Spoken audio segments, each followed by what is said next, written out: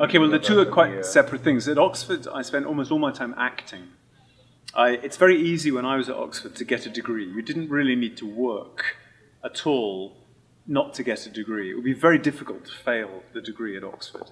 So I didn't really work very hard, and I did lots of acting.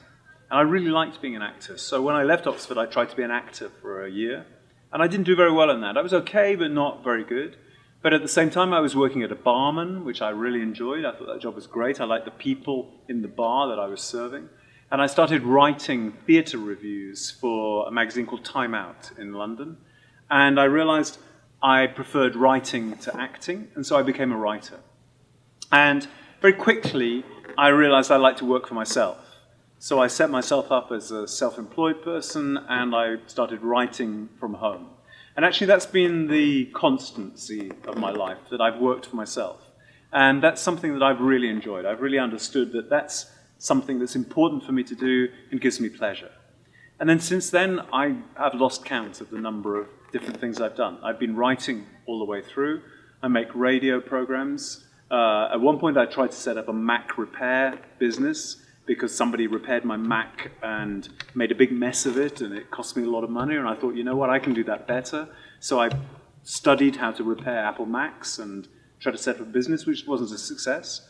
I've been involved in charities, and I do a lot of voluntary work. I think it's very important to do work for no income, where you can do some good, and I've done a lot of work within that sector. And I've looked around for different things to do and different ways of using my skills. Now, partly that's because I'm quickly bored by something. If I can do it well, I want to move on to something else. But partly because there's so many things you can do in the world that I kind of want to do almost all of them.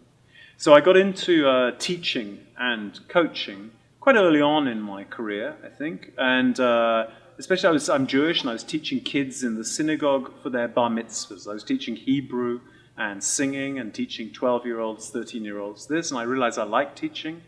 And I already had been a teacher of English as a foreign language. And I didn't want to go back to that, but I realized I wanted to go back to something. And then I came across the School of Life in London and realized that's exactly what I wanted to teach. I wanted to help people think better about the ways they lived.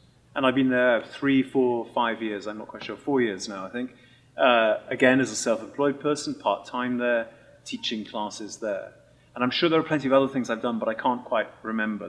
The key for me is if I feel I'm being curious and interested and inspired by what I'm doing, and it's doing some good, then I will like to do that as work.